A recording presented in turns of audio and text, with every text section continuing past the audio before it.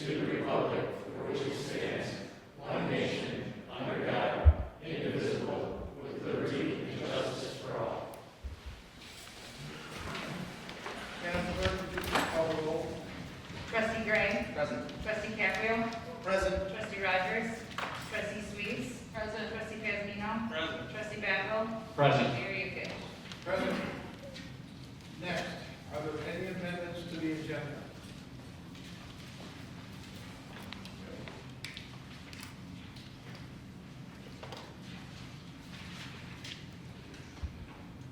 Is there a motion to approve the minutes of May 27th, 2020 Village Board meeting?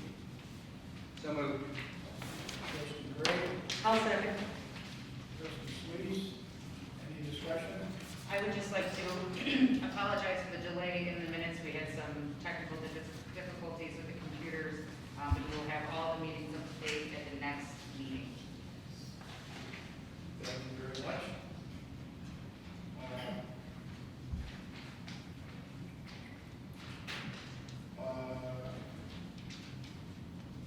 All in favor, say aye. Aye. All opposed, say nay. Motion carries. Next will be reports and communications from mayor and other officers. I'll start it off. Drive-in movie. Our first drive-in movie was this past Friday. It was beautiful weather out, and the event was at capacity. During these difficult COVID-19 times, it's nice to still be able to offer family, friends, events like these. Ribbon cuttings today. Earlier today, we had 2 ribbon cuttings for 2 of the businesses opening in Homer Glen. We want to welcome Mass Mutual and Hydro Group to the village.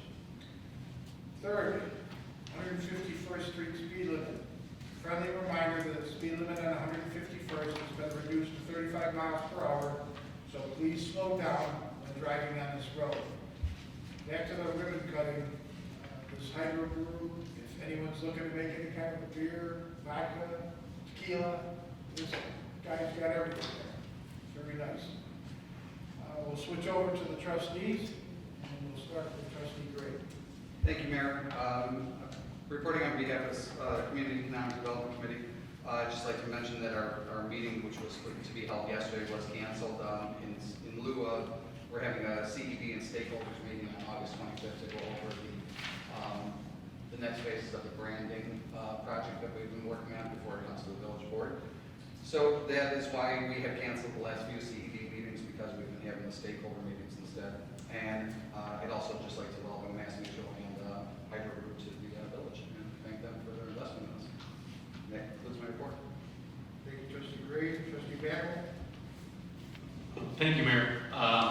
Reporting on behalf of the public safety meeting that we had last Wednesday.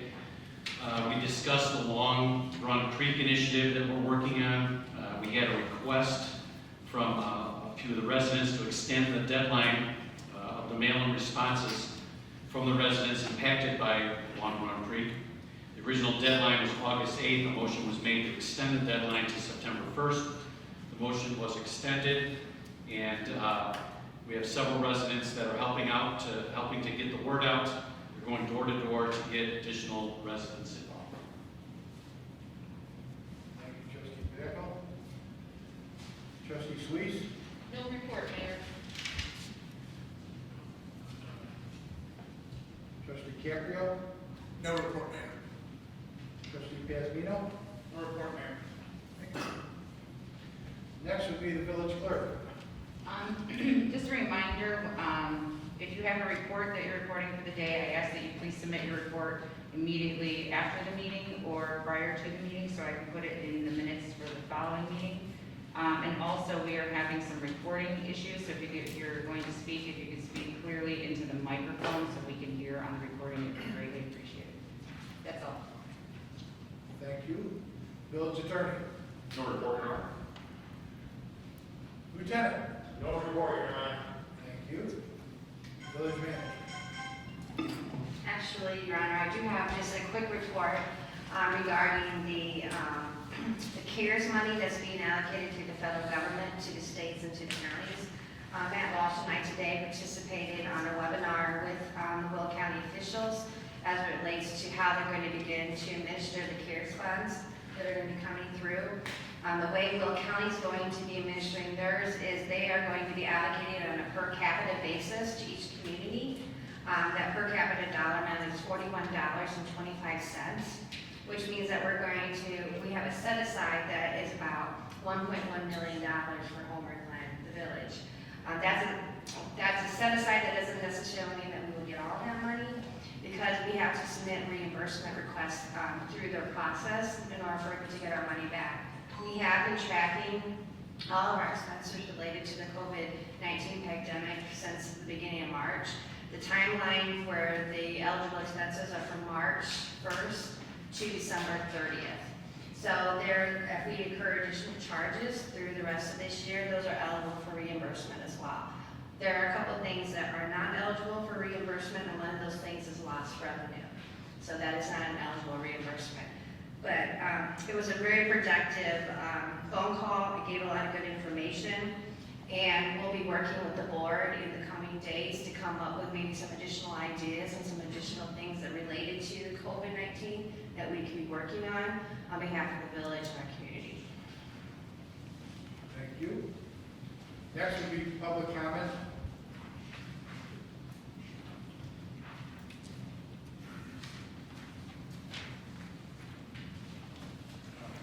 Public comment is for comment, it's not discussion, so if there's something you're going to ask questions on, we'll get them answered at another time. First would be Roy Adcock. Hey, can we go to our podium? It's my first time coming here. Sure. We need this, or we can talk without it? You can pull it down. Okay. Hi, my name's Roy Adcock. And you want your addresses too here, or for the record, or no? I'm not sure. That's fine, you go ahead. Okay, good. I'm just commenting here on your, for agenda number 3 about the intergovernmental agreement. I don't know if you guys are taking action on that tonight. I know there was some issues coming up there. Originally, it was going to just have a transfer of stewardship according to the newspaper articles. We're affected by it because we are still part of Homer Township. And we just found out about it through the newspaper. First, we've heard about it. Never heard about it at any of the meetings in Homer Township. And now we're hearing about it in the newspaper, and all of this is changing. I can't believe that there was 4 years of meetings according to the newspaper. So it's just kind of, I guess you guys don't comment on it, but I think that looking back at all your agenda items on your site, there's never no mention of it in any of your agenda items. And I think if you're going to have a changing of the intergovernmental agreement, there should have been some public input along the way, unless I've missed it, and I will admit, I do miss some things, but I did not find any public discussions on changing an intergovernmental agreement. And from what I read, this one doesn't seem too good. I don't see where any benefit is for the rest of the people of Homer Township.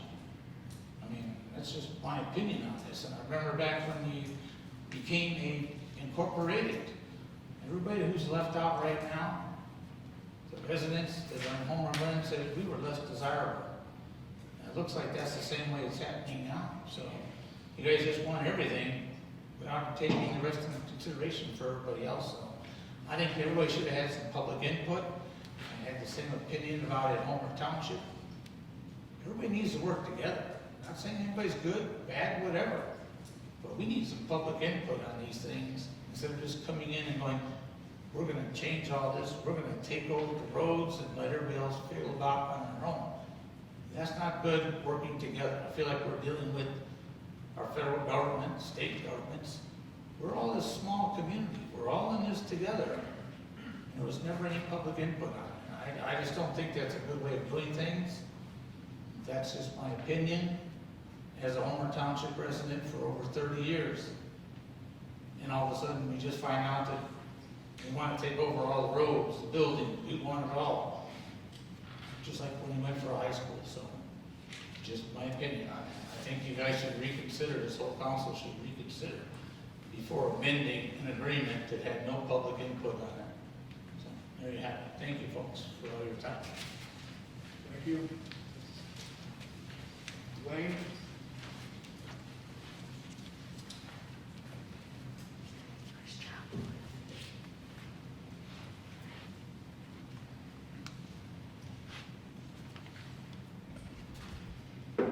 First of all, Mr. Mayor and trustees, I want to publicly acknowledge Joe Baker. I've been working with him for the last 4 or 5 years on different issues, and I think he does an excellent job, so I wanted to let you all know that I appreciate his efforts. I am commenting in reference to the ordinance, or HG 1726V, a variance. Since 2017, I've tried to negotiate with Mitch. My neighbors and I have complained about various village ordinances that Mitch has violated. Negotiation. In 1996, the Republicans controlled both the House of Representatives and the Senate. At that time, Newt Gingrich, a Republican, negotiated with President Bill Clinton, a Democrat, to pass the budget. Maybe a lot of you don't remember it, but I do, and I thought that was very impressive that they got together to work on that, on the budget. You know, and since then, you know, I haven't seen much negotiation. In Mitch's variance, he writes that he may redirect the pitch and coop drain that is currently going down his downspout next to my property line. To show good faith, why hasn't he already done it? It's a rhetorical question. Many times I have asked Mitch to stop his chickens from coming on my property, stop his dog from pooping on my yard, and many other issues. And he has basically ignored me, and the past time he called me an expletive deleted. You know, it's tough for me to try and negotiate with this guy when he has that attitude. I don't mean any harm to the guy. I know, you know, he wants to live just like I do. But we have to follow the village ordinances. That's my main issue. Thank you very much. Thank you very much. Joan Bennett?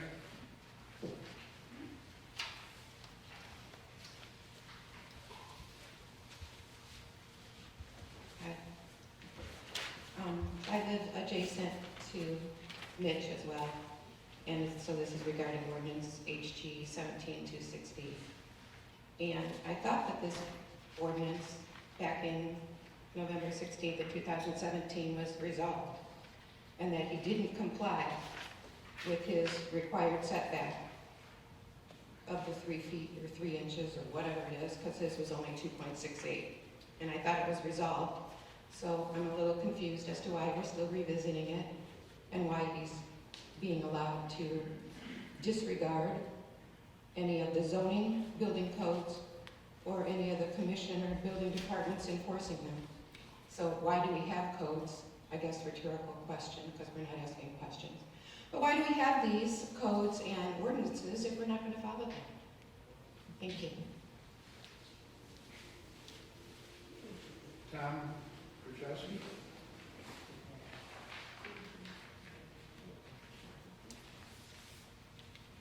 Well, I think you've got a copy of my letter, but I'll just read it anyway.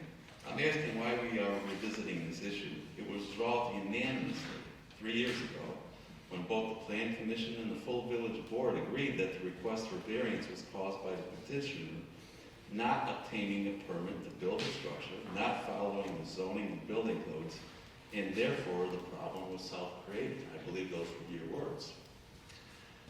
I don't know what's changed. I've noticed that the zoning of this property has changed from R2 to R3. I was not, as an adjoining property owner, notified of this change. Does this mean that now he's trying to sell the property with the non-compliant structures, that it can be subdivided? Does it mean that all his present or new owners' animals will not be permitted on his property? Because from what I understand, the difference between an R2 and an R3 zoning is that there's no animals involved in an R3 zoning, but there are on an R2. So I don't know what the zoning was. At first I thought it was maybe a typo that you guys did on your,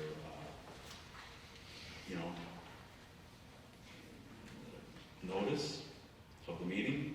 And I'm trying to understand how we hire and we pay all these code officials to write all these zoning codes, hire a plan commission to approve them, hire an entire building department to enforce them, and then we just ignore them? How does it work? And I've attached 3 previous letters that I've written to you, all of which been unanswered. None of my code questions have been answered. None of my complaints about his animals destroying my garden and my property have been answered. In fact, I was told once that there are no codes, that he could have his chickens go all over my yard at any time and he wants. So those are my comments. Thank you. Alicia Blanca?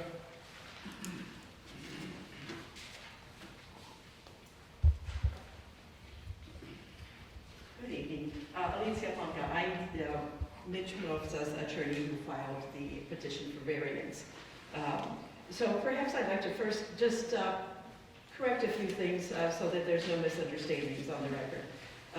With respect to the zoning, the neighbor's zoning on this property may be R2, but this property in fact was R3, is R3, it was not changed. The zoning maps show it as R3 and it's been R3 the entire time. So there's nothing done to surreptitiously change the zoning on that. In fact, and I don't know, perhaps at one point in time there were some animals there, but my client doesn't have any animals, no chickens, not even a dog. I think he has a cat. So I don't think that's a concern. If it was, I don't know, but it's no longer a concern. And then with respect to respecting the ordinances, there was some talk about negotiation. Well, in fact, I think this is perhaps an example of some negotiation. I've been in negotiation with the village. We've looked at the zoning ordinances, the structures of the zoning code, and there is a change. This is not the same proposition that was before you 3 years ago. This petition requires my client to move back and change the shed, reduce that addition by 7 feet. Thereby it creates a 10-foot side yard. The village still chooses to look at that when we spoke with the code commission as a front yard, but in fact, that's been a compromise on our part, a part of the looking at it, what's an alternative that will comply, and so the basis of that is to create more space, would be the 10-foot setback instead of the smaller setback as it was, requires my client to reduce the size, and although some of those were collateral comments that really perhaps have a bearing on what's before us, I did want to clear up the record that, for whatever it's worth. Thank you. Thank you. Attorney Field? I just signed it in case anybody had questions and I had a comment on my variance. We'll bring it up when we bring it before the board. All right, that's it for public comment. Roy, if you could give me your phone number? Me? Yes, you. Oh, sorry. 815-603-8508. I'll give you a call tomorrow. Sure. All right, that's it for public comment. Next is consent agenda. All matters listed under the consent agenda are considered routine by the village board and will be enacted by one motion. Is there a motion to approve the following items? 1, the accounts payable for the period of July 24th, 2020 through August 13th, 2020 in the amount of $504,873.28. The Village of Homer Glen's June legal bills from Mahoney, Silverman and Cross, LLC in the amount of $6,327.50. Tree Architecture's invoices number 3402 and 3403 for Heritage Park Design Services in the amount of $76,055.16. And last, pay estimate number 1 from Klaus Brothers, Inc. for the active course swing project at Heritage Park in the amount of $25,003.12. I so move. Gabriel, I'll second. Trustee Sweet.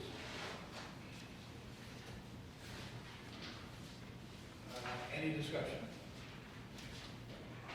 Madam Clerk, please call the roll. Trustee Backel? Aye. Trustee Suisse? Trustee Cabrio? Aye. Trustee Casino? Aye. And Trustee Gray? Aye. Motion carries. Legislation and action items. Is there a motion to approve ordinance number 20-032, an ordinance granting 1, variance to permit an access structure in the required front yard of the subject property where accessory structures are not permitted obstruction, section 220-807 of chapter 220 of the Code of the Village of Homer Glen.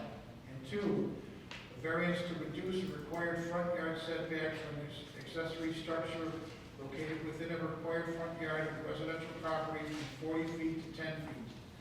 Attachment 1, Table 1B, Chapter 220, the Code of the Village of Homer Glen for certain real property located in the R3 Single Family Residential Zoning District at 14623 West 143rd Street, Homer Glen, Illinois, case number HG-1726-V.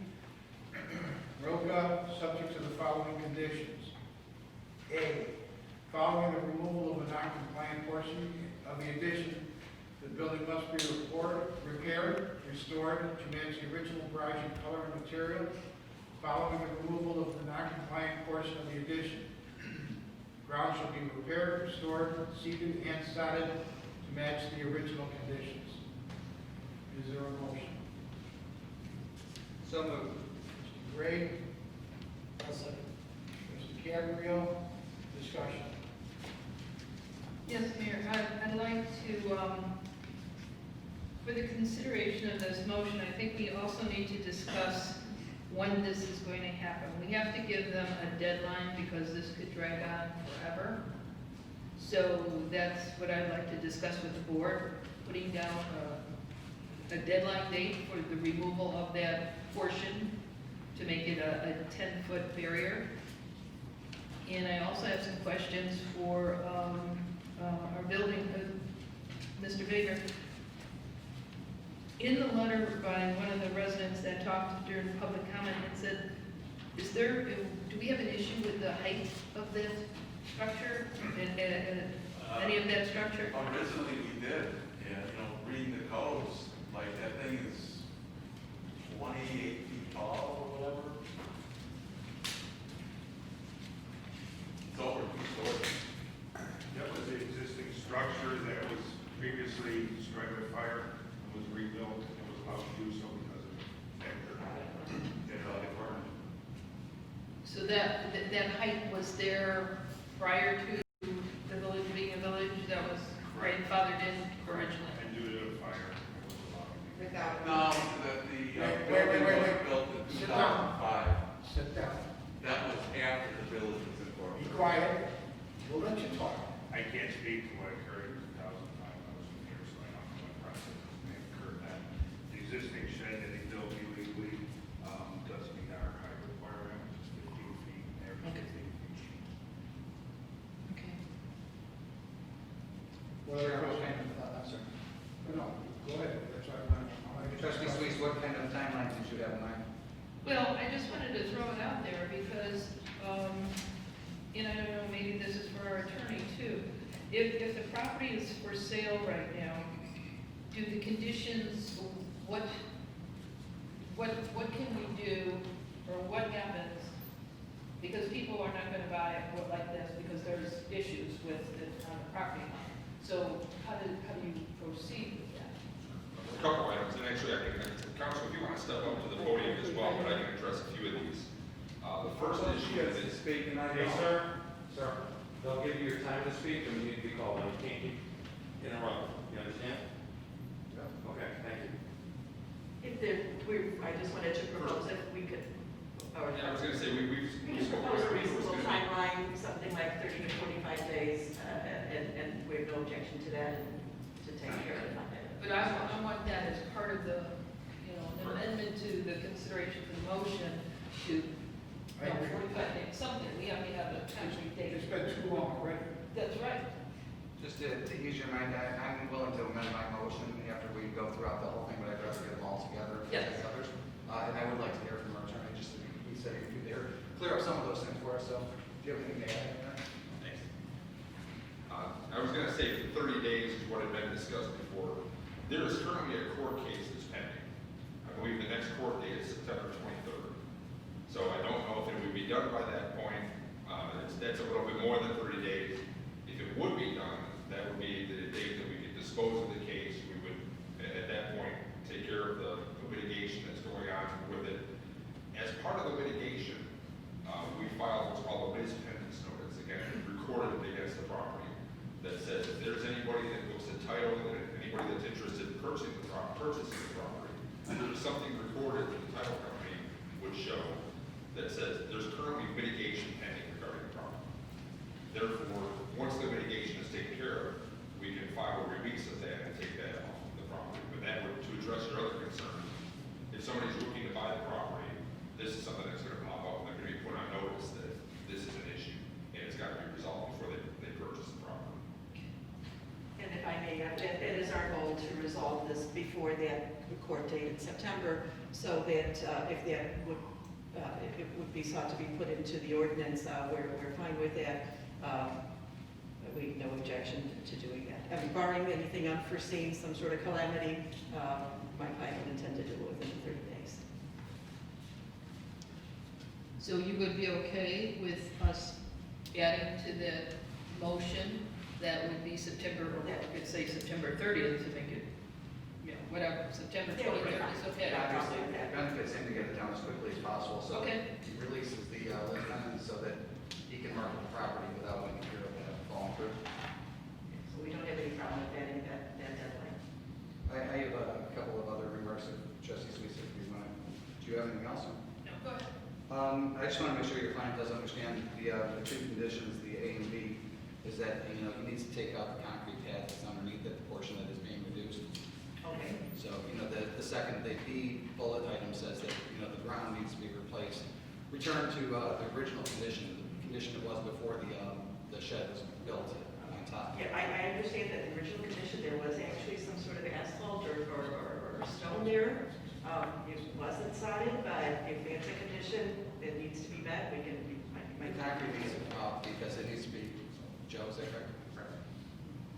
And the other thing, I just wanted to address one of the earlier points that was made about, that we're doing the best we can on this thing. And, the one neighbor's property is within, I believe, an equal amount to what this will be once it's remediated. So once Mr. Maroka pulls down that portion of his addition and sets back to 10 feet, I believe that is kind of a matching condition on the north side of that property line for the other neighbor. That's correct. Correct, I'm glad you mentioned that. I was gonna bring it up in my comments as well, but there's a 10-foot, the garage for the neighbor to the north is 10 feet off the property line. So that's one of the reasons why we negotiated this, was it's gonna be consistent with the neighbor's property. Right. So we did initially try to make him full compliance, take the entire thing down. The problems with some of that is, going through the court processes, there's no guarantees that we're gonna get satisfaction, that we want more in a timely manner or anything like that. So this just basically matches the conditions for the north side. So there will be a 10-foot gap now between the fence line and the north edge of this shed, and it won't just be a big concrete pad, so. I understand. And if I could just also to clarify, this particular addition that we're talking about, that's the subject of this petition variance, is not the same structure the other neighbor was commenting on. It is not 2 stories tall. This is not what's before the board today. That was pre-existing structure that was rebuilt after a fire. This addition is much smaller and much lower, and it's not the same structure. May I ask a clarification question? I apologize. Trustee Gray, you had stated that the concrete pad needs to be removed and it needs to be put back in the original condition. The attorney had stated that the original condition was a blacktop surface or asphalt surface. I just would like clarity. With my client, but I didn't think it was asphalt, but there was some sort of surface that wasn't solid. That would not be compliant with the current code, so it would have to go into vegetation grass. It's in the grass. Okay, I just wanted clarification for. Understood. Understood. Yeah, it actually says if, following the removal of the non-compliant portion of the addition, the ground shall be repaired, restored, seeded, sodded to match the original condition before this was put down. So they don't want the asphalt, they want the grass. I just wanted clarification as she stated it was asphalt, so I wanted to make sure for the minutes. Just so you know, it's gonna be grass or sod. So this way, there's no one else. Trustee Gray, do you want to then, add? I do, I just want to, Comments if anybody else has any about that comments. Does anybody else have any, before I make an Well, what is the date that we're deciding? Because we're still floating. 30 days is 30 days. If they started from tomorrow, and that's what we should start it at, because it's been years now. Let's get it down. What date would It's you just propose? excuse after excuse, and it's getting old. Would you propose a date of September? September 15th. September 15th? Okay. Again, if anybody else has any other things that they want to add to it. Can I amend my motion then to add the condition that the applicant will have all of the changes, including the remediation of the grounds, completed by September 15th? I'll second. All in favor? Aye. Aye. Opposed? Actually, call the roll on this one. Thank you. Trustee Suisse? Aye. Trustee Cabrio? Aye. Trustee Kazmino? Aye. Trustee Gray? Aye. Trustee Backel? Aye. Mayor, you Mr. Maroka, you gotta get that building done. Okay.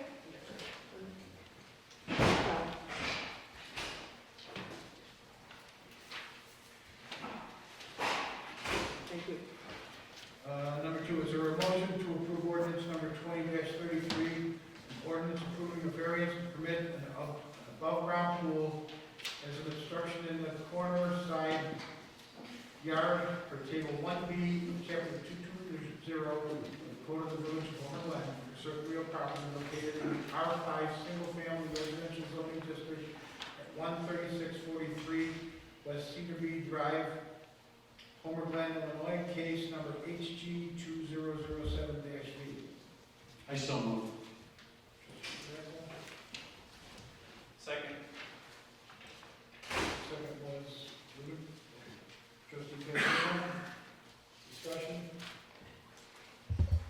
No discussion?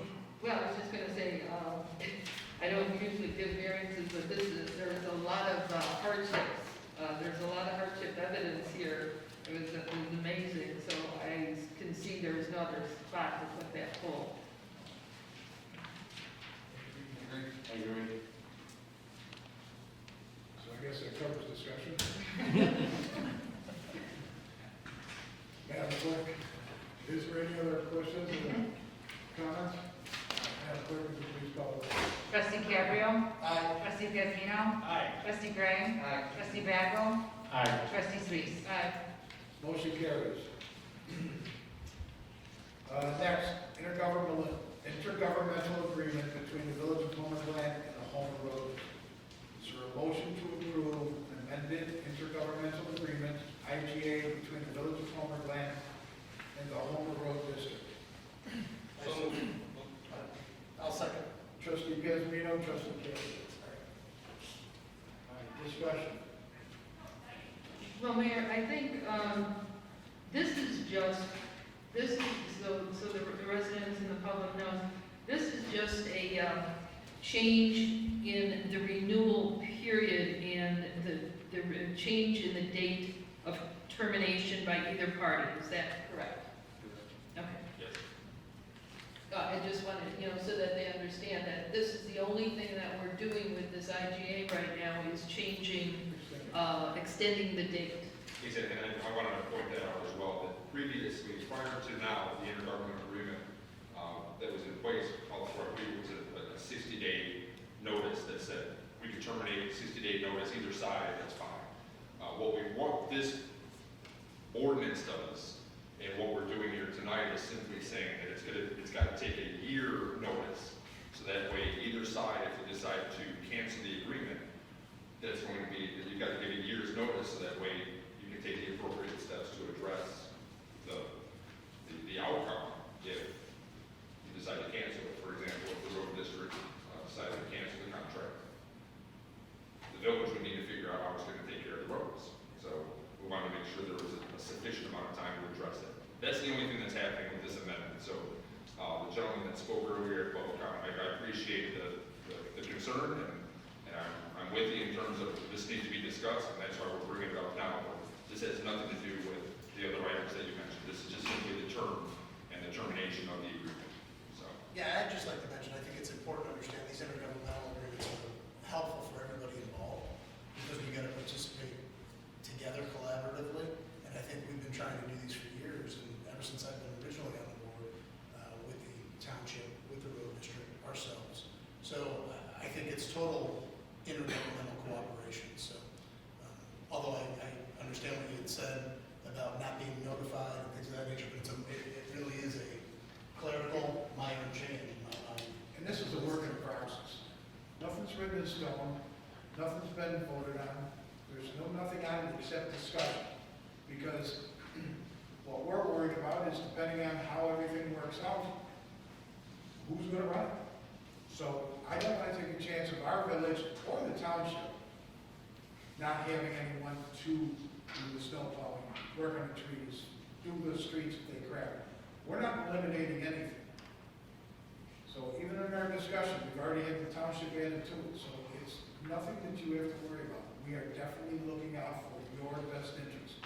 The people that live here in the village of Homer Glen, and the people that live in Homer Township that are still in Homer Glen. So we're not trying to backdoor anything. All we did is we talked about it. It's something that's going to be going, that's, right now, we don't know if it's going to go to, Referendum. yeah. We're just, all we're doing is we're trying to work this thing out. That's all we're trying to do to make sure that we are covered from top to bottom. That's all I've got to say on it right now, because like I said, no one's voted on it, no one's done anything with it. But we're not taking a chance of anyone getting hurt. So I hope that answers your questions. I'd like to add just one point. I mean, right now to the village, the road district is strictly a vendor. I mean, we still own these roads. We inherited these roads. We took ownership of these roads when we incorporated. So they are our responsibility, and we contract with the road district as a vendor. So really, our agreement, this what we're talking about here, and just the finer points of our agreement with them and the expirations on it. This really only applies to all the roads within the village. This really doesn't have anything to do with the rest of the responsibilities of the road districts. Is there any other questions or concerns on it? Any other discussion? Madam Clerk, I need a roll call. Trustee Kazmino? Aye. Trustee Gray? Aye. Trustee Backel? Aye. Trustee Suisse? Trustee Cabrio? Aye. Very good. Aye. Motion carries. Next, contract with Berry Landscape Management for lawn mowing and maintenance on the 159th Street right-of-way. Is there a motion to approve the award of a multi-year contract to Berry Landscape Management for lawn mowing and maintenance of the 159th Street right-of-way, including the alternate three-step herbicide program from Wolf Cook Road to Calvert Road? I so moved. Trustee Sweet. I'll second. Trustee Caprio. Discussion. The only discussion that I have is at the public safety meeting, we discussed adding in to the total cost was the herbicide and fertilization of it rather than just the mowing, and then adding the fertilization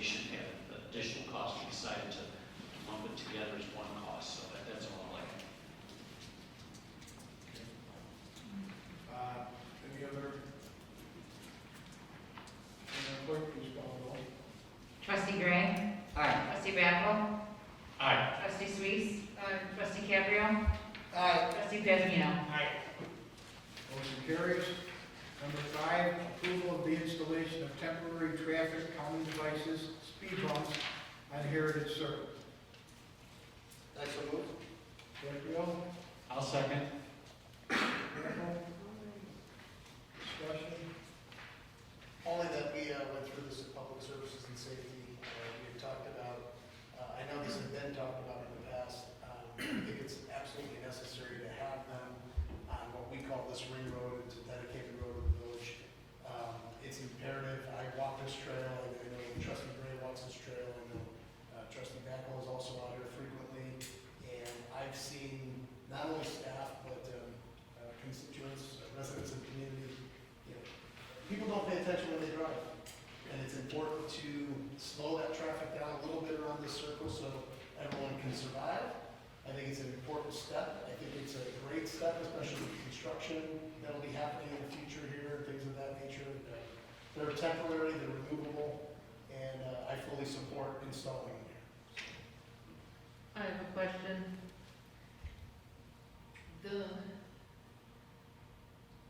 Okay, should there be, now, I'm assuming there's that parking lot, and then active core would be kind of in the middle of that the vertical part. Should we think of putting something before the active core? Because most people come in through the, well, I can't say. That top green line is just before the active core.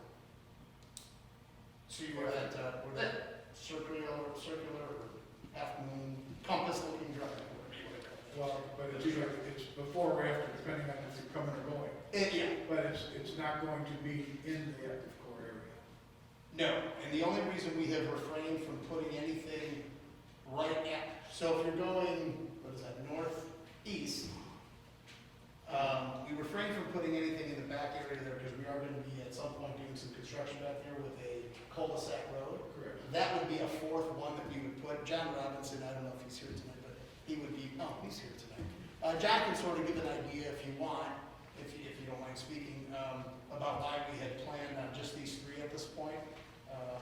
Because we do want to add additional ones, and I don't even know how many we have in total, but the key of leaving it off of there is because we will be doing some construction at some point.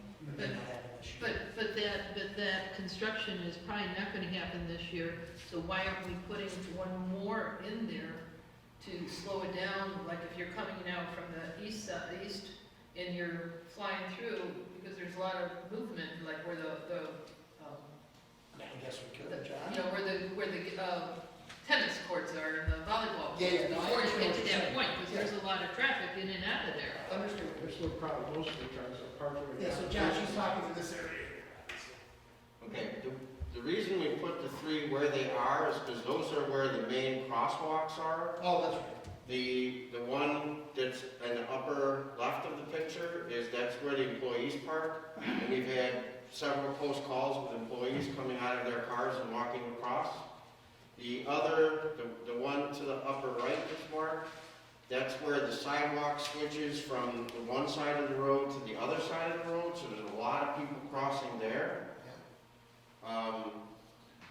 Where the other one is, we get a lot of people that come out of the open field and cross over to the sidewalk, because on that side, the sidewalk's on the bottom, where it goes around. So that's why we picked those 3 spots to start. In the future, there are other planned crosswalks, but they're not being used right now. Like right in front of the active core will be a crosswalk that connects with the Village Green side. So in the future, we would add one there. And we would probably add one in the future, depending on where the crosswalk lands, where the cul-de-sac road will be. But we started with these 3 because those are the 3 main places where people are crossing. So, I mean, we can add them. I mean, it's not a problem. It's just that like I said, in between the 2 green spots, there's another crosswalk from the parking lot that goes across to the sidewalk, but not as many people use that crosswalk, so we didn't put one there. I think ultimately there should be something at all of the crosswalks once they're all fully completed and fully installed. But right now, those are the 3 main points where people are crossing. That's why we picked those 3 spots. Well, I was just suggesting over by the courts, somewhere over in that section too, in addition to what you have, because there's a lot of people backing out, coming and going, there's a lot of congestion over there, I thought. But that was just my opinion. Like I said, the board we can put them at The the, problem with putting in too many is that you only notice them when you drive off, and you put in too many, all you're doing is driving on an elevated roadway. You have to come off it at some point. So we're talking about putting them everywhere. Let's see if we can do it with the three right now, let's see how it works. Then we're gonna find out if it's a necessity, or if it's just something that we think might help. Sound good? I have a question. Before, when I was on public safety, the fire department usually had a problem with these when it had been talked about putting them into onto the residential streets. So have they been aware, notified of this? Yeah, they tested them 2 to 3 weeks ago. And I said it was fine. They tested all No issues. yeah, all fire departments. They brought up They're big ladders, the paramedic trucks, they had no issues.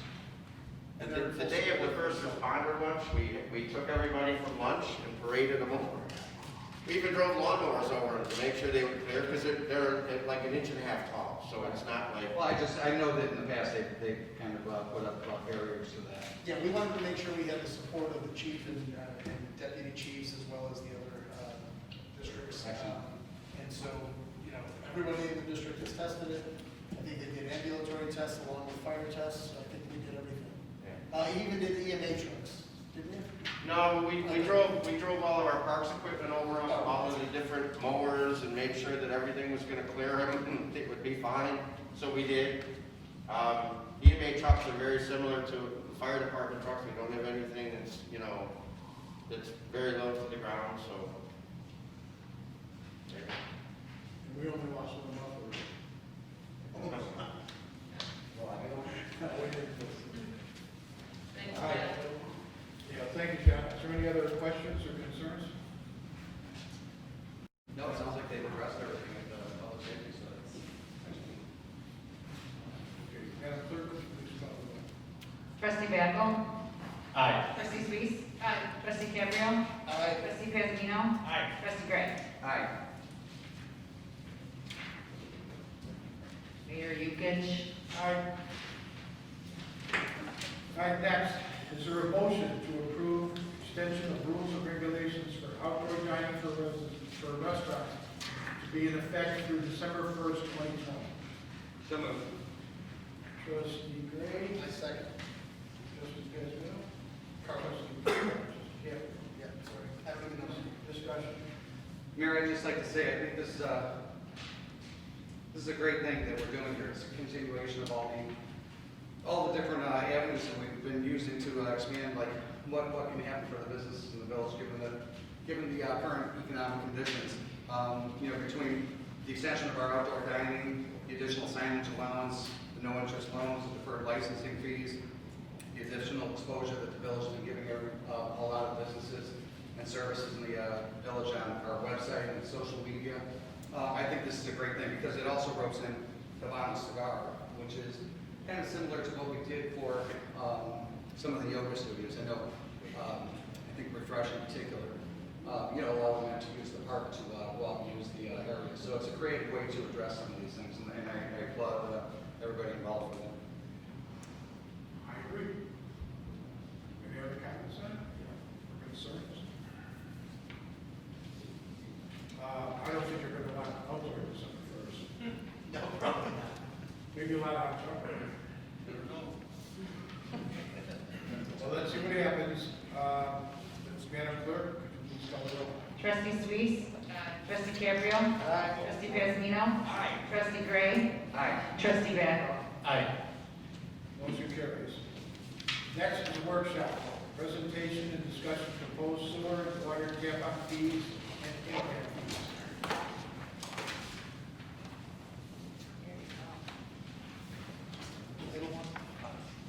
Down is next. You want the laptop information?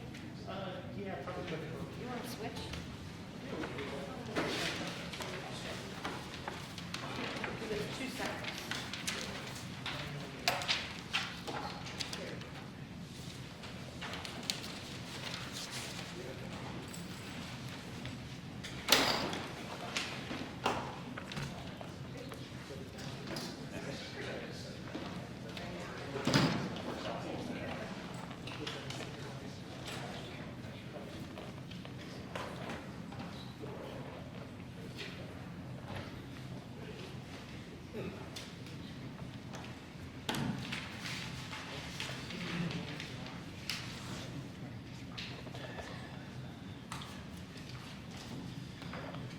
All right, obviously, we're gonna be talking about the sanitary sewer and water main impact fee, and tap-out fee study.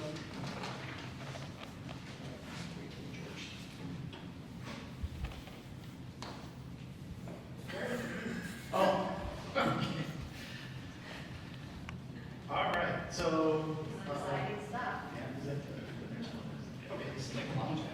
All right, so I know this isn't very exciting stuff, but to get started, I would like to paraphrase a famous explorer most of us know, Captain James T. Kirk. To boldly go where only one has never gone before. So, it's about as exciting as it's going to get. Sorry.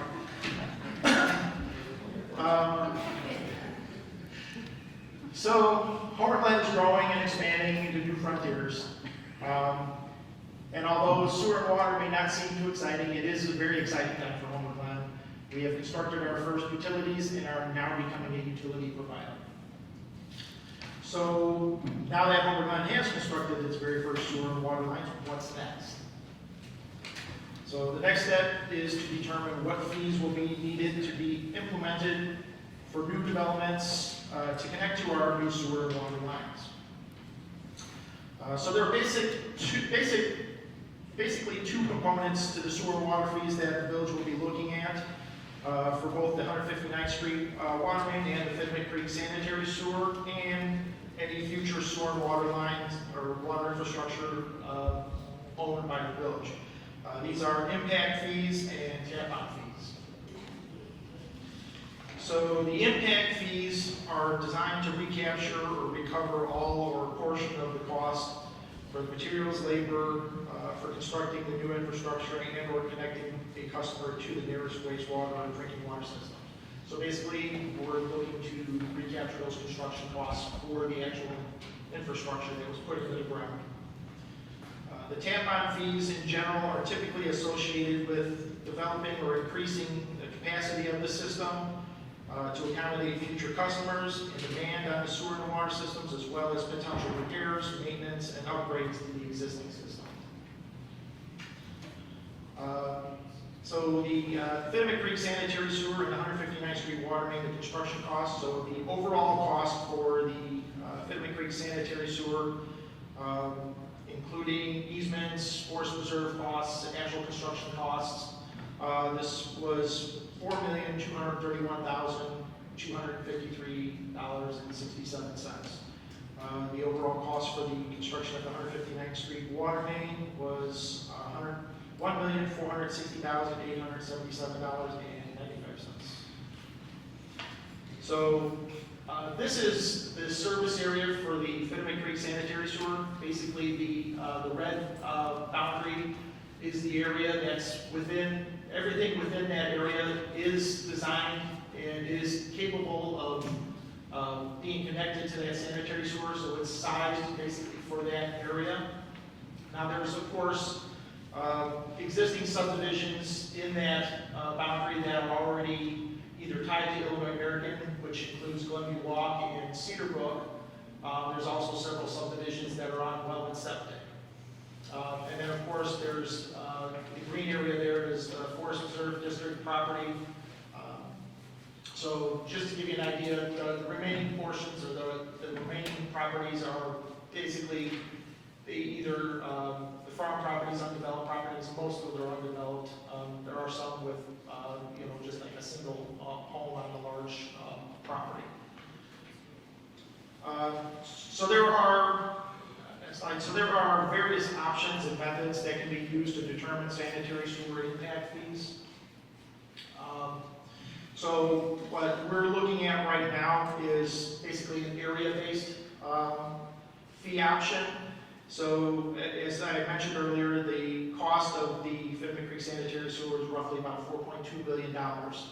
So if we go back to that map area, as I mentioned, there's kind of three different options that we can look at as far as the area. One is option A, or service area A, would be the entire area bound by the red border.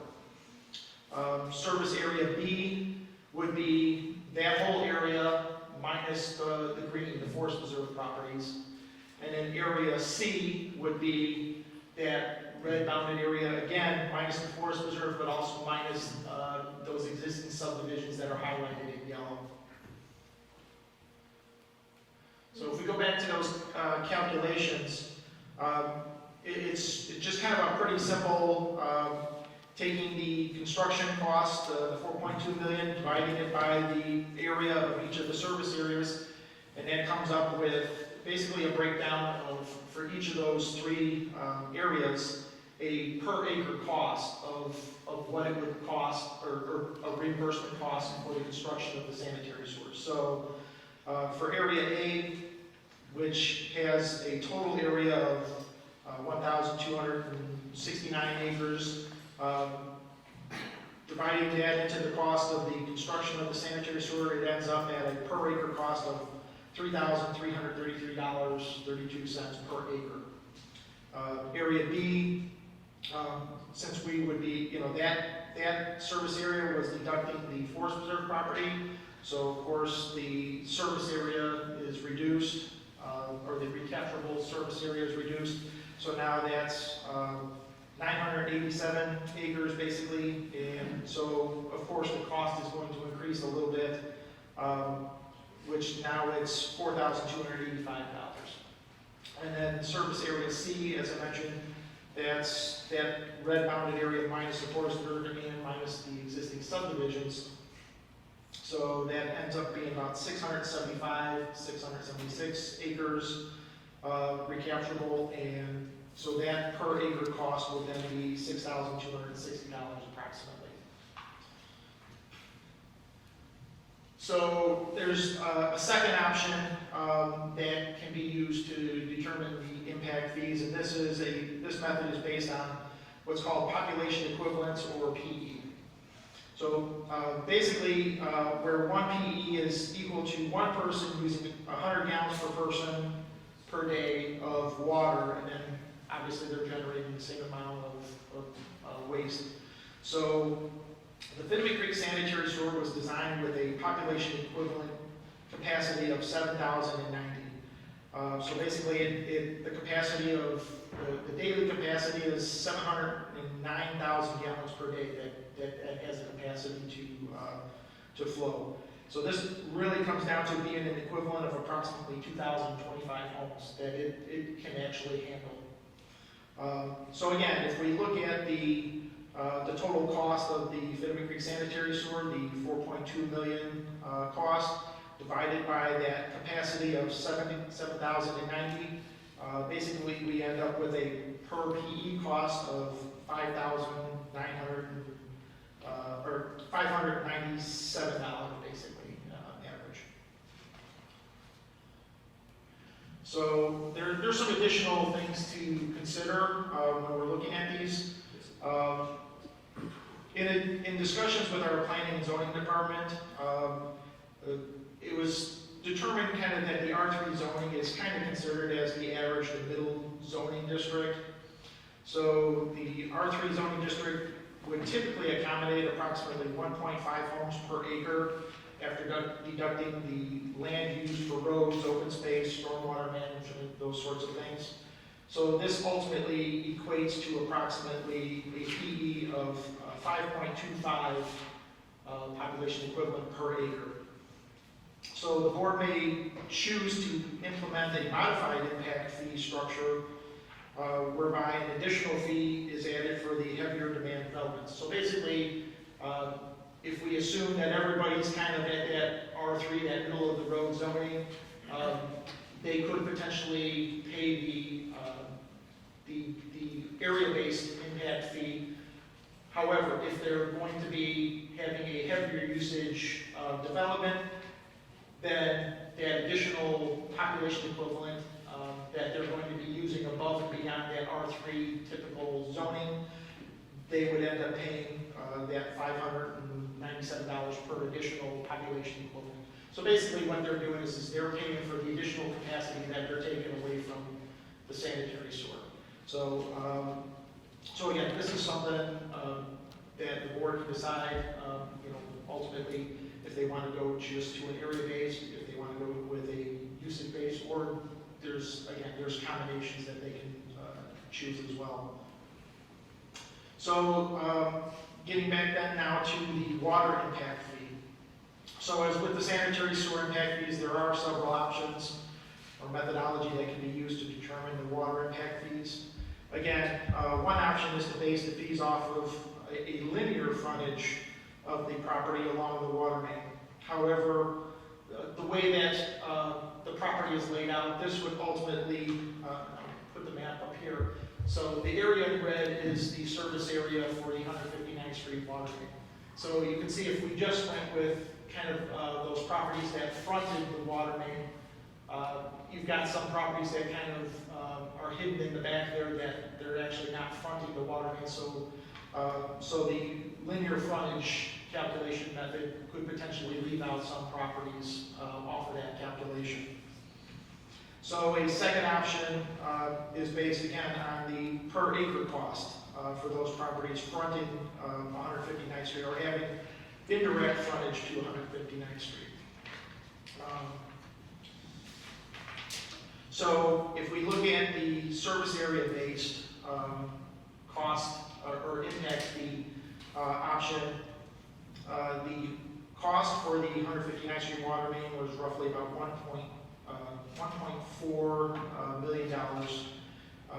There's a total service area of 268 acres let's go back to that. So basically, that red bounded area is approximately 268 acres. We can also, again, do, there's kind of a service area A and a service area B option. Service area A is the entire area bound by the red boundary. Service area B is that area minus the forest reserve.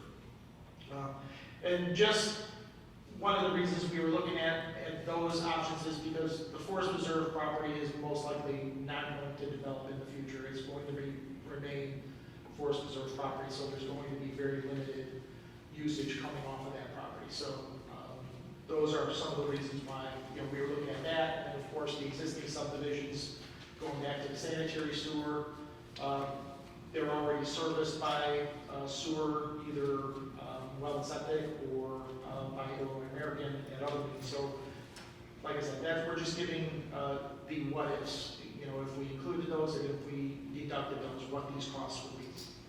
So, looking at these areas, for the service area for the water main, for the impact fees for service area A, basically that $1.4 million divided by the 268 acres, that comes to approximately $5,450 per acre cost. The service area B, which is minus the forest reserve area, again the 1.4 million divided by roughly 195 acres, ends up being roughly $7,500 per acre cost. So then the next thing we look at is, aside from the impact fees, which again are kind of designed for the purpose of the impact fee is to recapture those construction costs.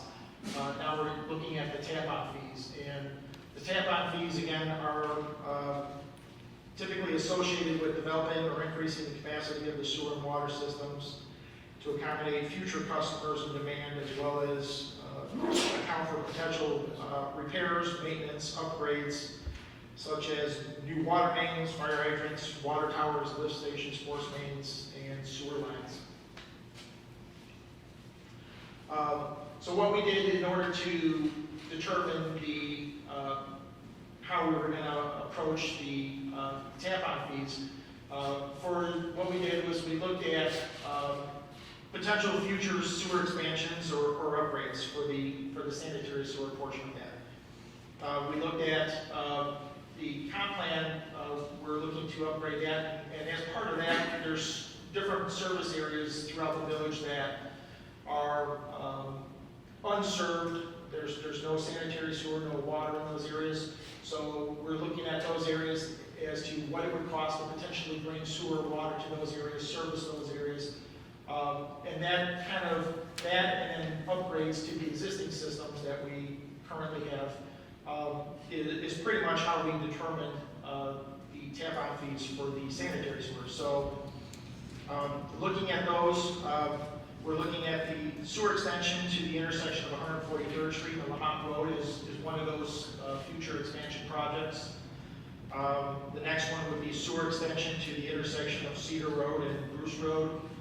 There's a lot of undeveloped acreage in that area and no sewer water utilities in that area. And then, of course, expansion and or upgrades to the existing Fittiman Creek sanitary sewer. So, looking long-term, we're looking typically around at least a 10 years out to determine these. And is there going to be upgrades needed for the Fittiman Creek sanitary sewer, any repairs, major repairs, things of that nature.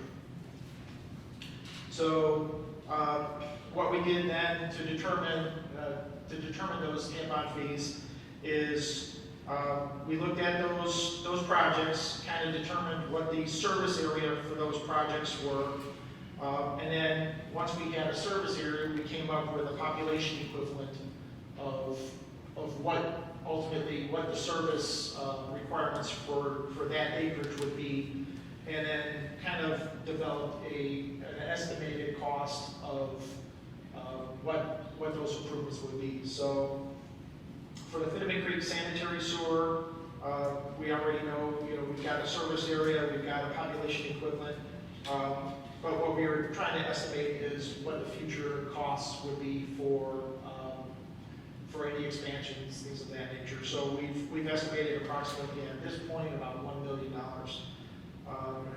to bring sewer and water to the Cedar Road, Bruce Road intersection. That would ultimately serve about 338 acres, which would, at that R3, would typically end up serving approximately 559 population equivalent. The cost of bringing sewer to that location is estimated right now at just at approximately $5 million. And then that third option, or third project, would be 143rd Street and Lamont Road. The service area for that is approximately 123 acres. That would basically serve the intersection of 143rd Street and kind of expand out. So a lot of those properties that are not served at this point would have an option to connect to that sewer. The population equivalent for that area was estimated to be approximately 1,091, and with a future improvement cost of approximately $1 million. I need to stop you right there, because I have some questions about these numbers in particular. Mm-hmm. Why is it that something that's 338 acres will only have a PE of 559, but something that's 1270 acres will have a PE of 6667? Are you guys literally looking at the way the land is right now and seeing what's impacted, what would be scrubbed out of that 338 acres as undevelopable? What we looked at was the zoning for the properties. But you've been saying R3 almost. Well, throughout all of it. I guess to go backwards, yes. For these, in order to calculate these, we did look at what they're currently zoned at. So, so they may be R3. Obviously, the intersection of 143rd Street and Lamont Road, there's more commercial properties there.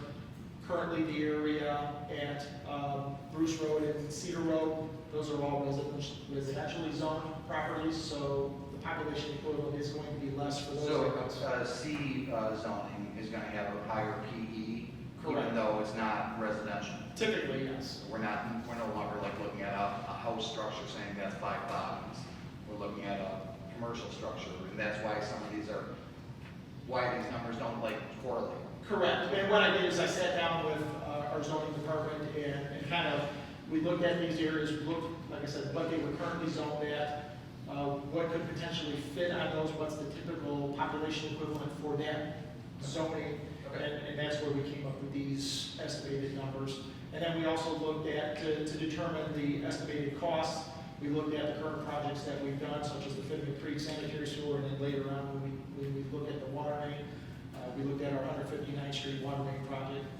Obviously, for the 143rd Street and Lamont Road project, we're also working with Speedway as far as the potential for extending that sewer and water. So depending on, once that, works out, obviously those costs would be much lower to actually get those utilities to that area. One more point on that. And I have a question too. In terms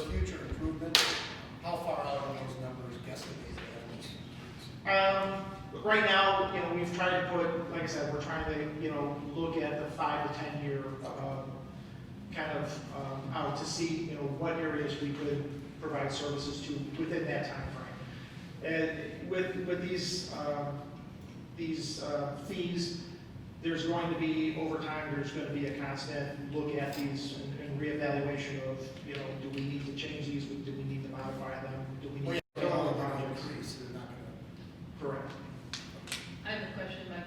When you have the Fitman Creek sewer, 1270 acres, that is including the forest preserve area, right? So why do you, we're not going to have the tap-on fee in the why do you include that area even when you look at the sewer and the water? Why are you including the forest preserve in there? Because you're not going to, you're not building in there. Well, what we were doing is and we can look at that further as to, do we want to include the forest preserve in there? Do we want to deduct that? Obviously, we were just looking at the entire surface area for those areas. The Fitman Creek sanitary sewer is already constructed, so we're just kind of throwing some estimated numbers there just as far as that would probably include maintenance and any improvements that we would need to do to it over that 5 to 10 year period. It's a new utility, so we're not really anticipating that anything should be done, but we just kind of wanted to throw a contingency in there just in case. So, but we did look at that entire surface area, but again, that's something that, if the board desires, we can certainly, look at those same numbers, deducting the forest preserve property, deducting forest preserve and the existing subdivisions out of that as well, so. Sure. Which one did you want, Chris? The sanitary sewer? Yeah, the one that shows the 3 options. Oh, okay, yeah. So I think this, trustee Sweets, this is what you're talking about? How area A includes the forest reserve, right? Correct. And then as you can see, as you deduct those areas out, the cost per acre goes up. Correct. And when you say existing subdivisions, is that without, what is that? Is that the ones on American Water now? What does that mean? The ones that are on sewer and water or what? Yeah, well, if you go back and I've got the service area for the Fitman Creek sanitary sewer. So the areas that are highlighted in yellow are existing subdivisions. So they're either currently served by well and septic, or they actually are connected already to sewer and water via Illinois American. So Cedar Brook is connected to Illinois American, and also Glenview Walk is connected to Illinois American also. Even though those areas are in this, what's called the FPA, the facilities planning area, which this entire area that's highlighted technically is calculated to go towards Lockport and be treated through their system, but those existing subdivisions, those 2 that I just mentioned, Cedar Brook and Glenview Walk, those are already tied to Illinois American. So Cedar Brook actually goes to the Chickasaw plant, and Glenview Walk actually goes south and actually does work its way back to Lockport.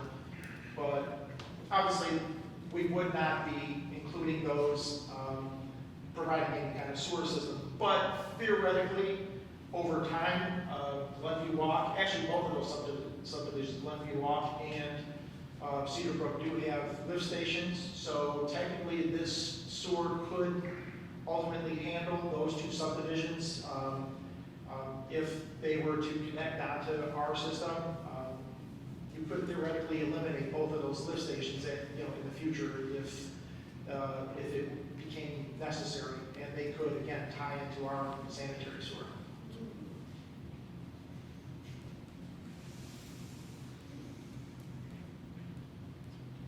So, as I mentioned, so the tap-on fees for the sanitary sewer, based on those 3 future projects or potential projects, and based on the population equivalent, ultimately adding those 3 population equivalents up comes to approximately $841 per PE, population equivalent.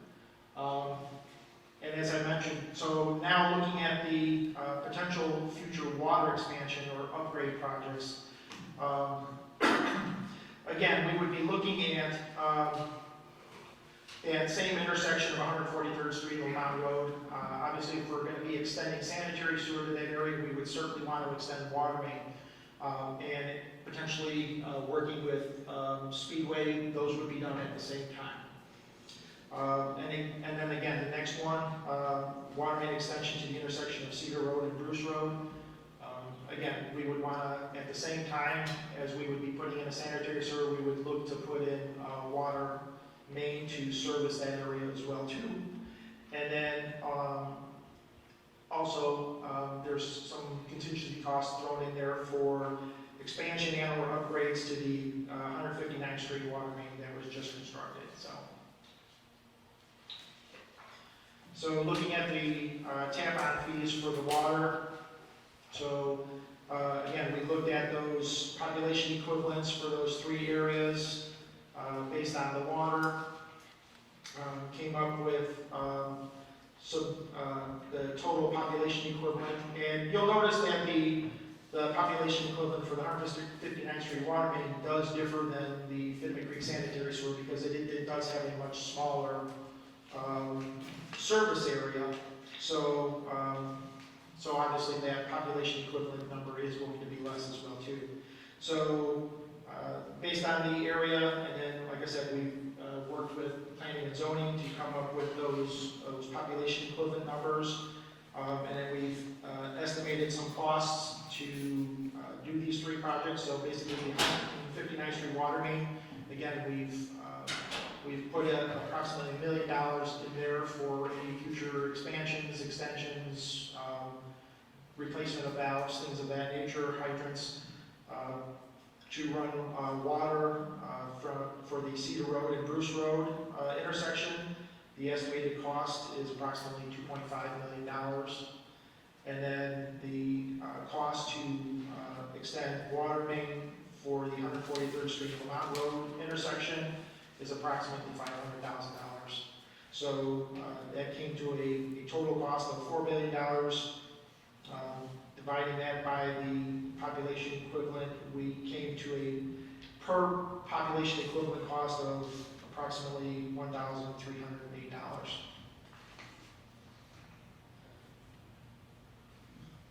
So then, just kind of to give an idea of what the typical single-family home would end up costing as far as tap-on fees. And then I handed out an additional chart. The following slide has the chart, but it's really hard to read on that chart. So basically, looking at the typical single-family home, which typically has a population equivalent of 3.5. So based on that sewer, that per P cost for the sanitary sewer of $841 times the 3.5, basically that population, or that tap-on fee cost would be approximately $2,950 approximately. And then again, looking at the water connection, the tap-on fee for the water, the $1,308 multiplied by the typical population equivalent of a single-family home ends up being approximately $4,580. So if you look at the next chart, I handed out a copy just to make it more readable. What we did is we did some research of the surrounding communities to see approximately what their typical tap-on fees for single-family, residential, and commercial, what those would be.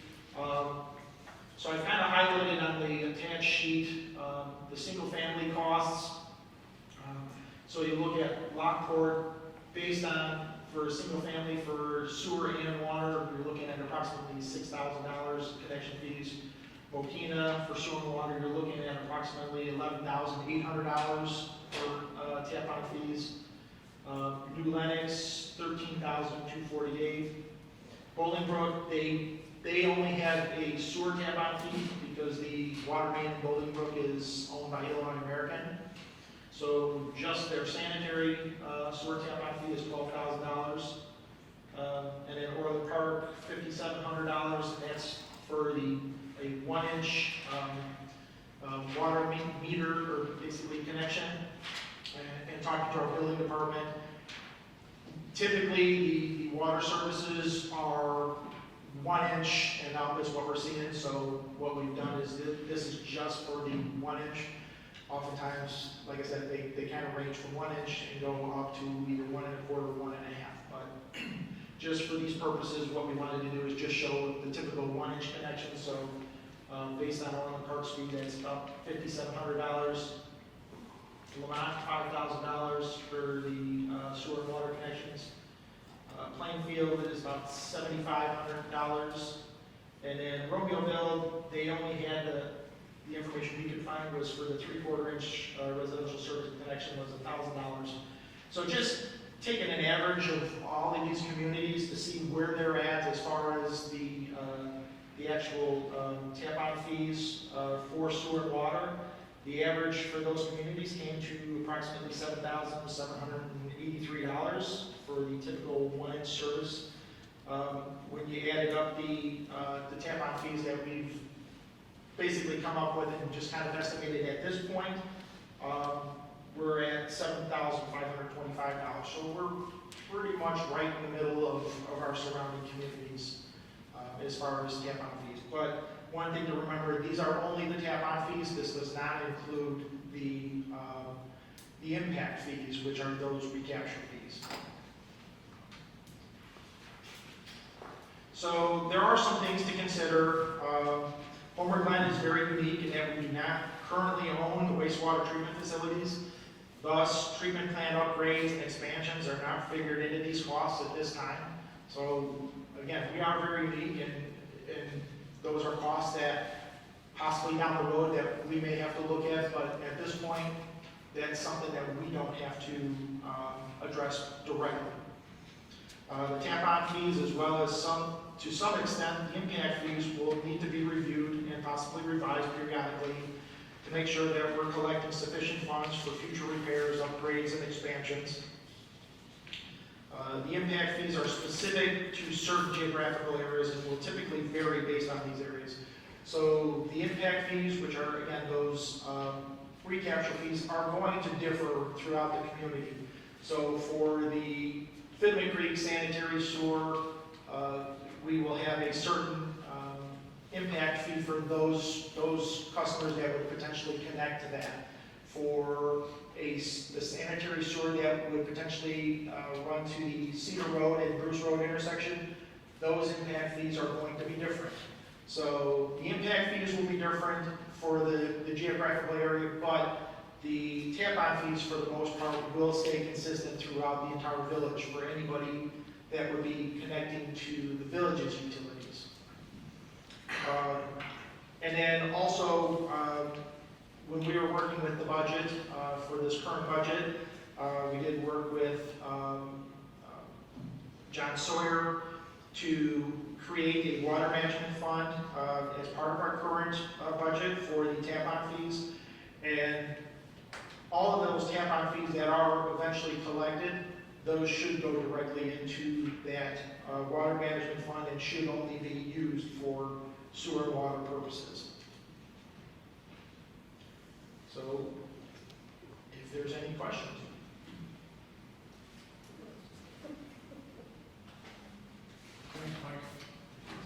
Mayor, I do have a few questions for Mike. Is it, your math is based on using the same number per PE, or is it, and a PE can either be residential or commercial, is that typical in communities to charge the same rate per PE? I don't understand, like, let's just use the Speedway, for example. A Speedway might have a PE of what, 20, right, where a house might only be 3.5 or 4.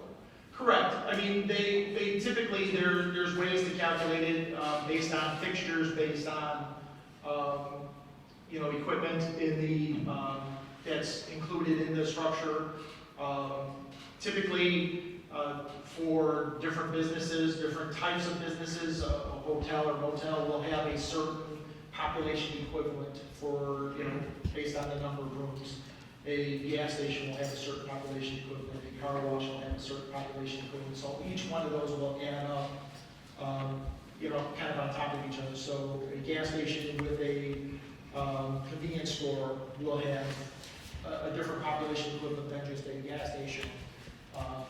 So all of those Was it things. typical just to always multiply it by the same number, the base number, or is it, do you see it in other communities where they might have a higher per PE rate for commercial versus residential?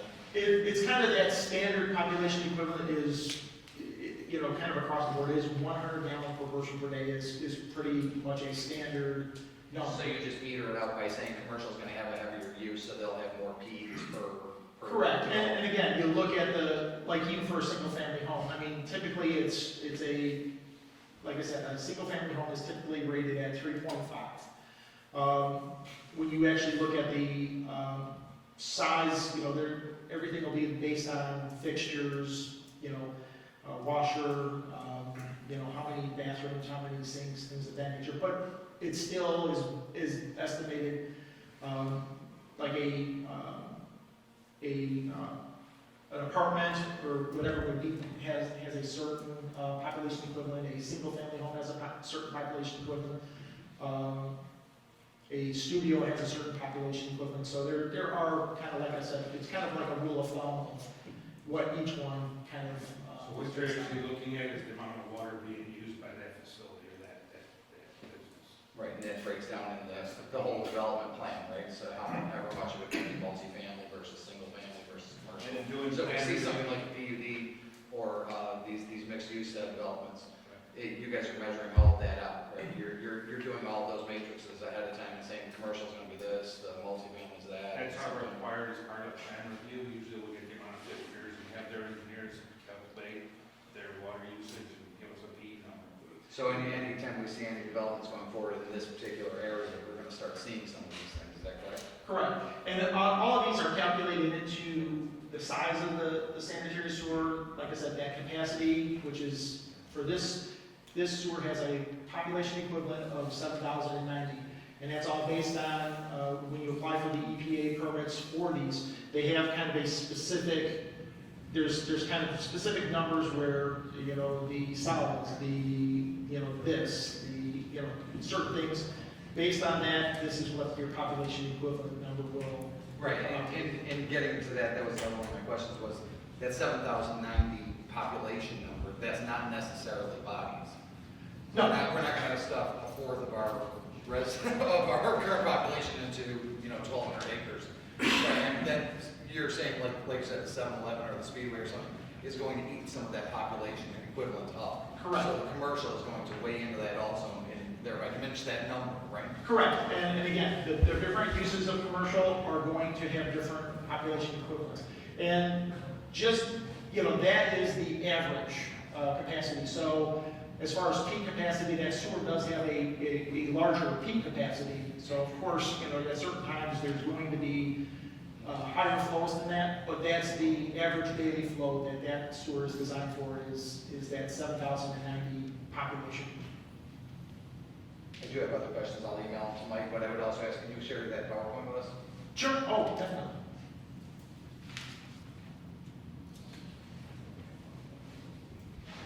Any other questions? Thank you, Mike. You're welcome. Appreciate it very much. Live on the prosper.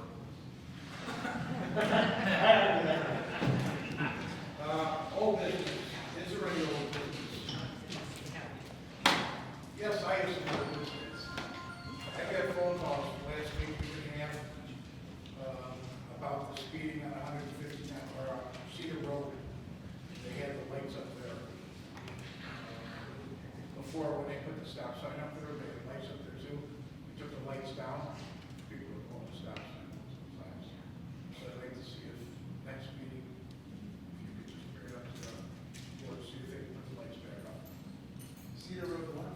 Cedar Road 167th. Was it lights or was it flags? I think it was flags on the left side. I don't know if there was a I light. thought they had lights up there too. I don't remember the lights, but lights Blow would be by great. that stop sign all the time. I will say, I live right there, I will say at least once a day I see a car. They're just so good. It's just they pick up the speed real quick and then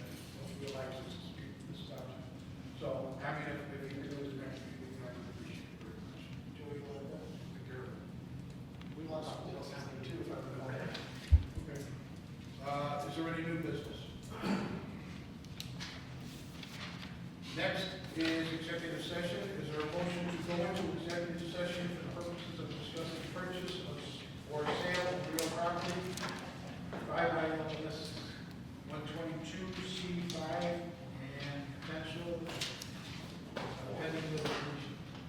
51 LCS 1202C11. Is there a motion? I so move. I'll second.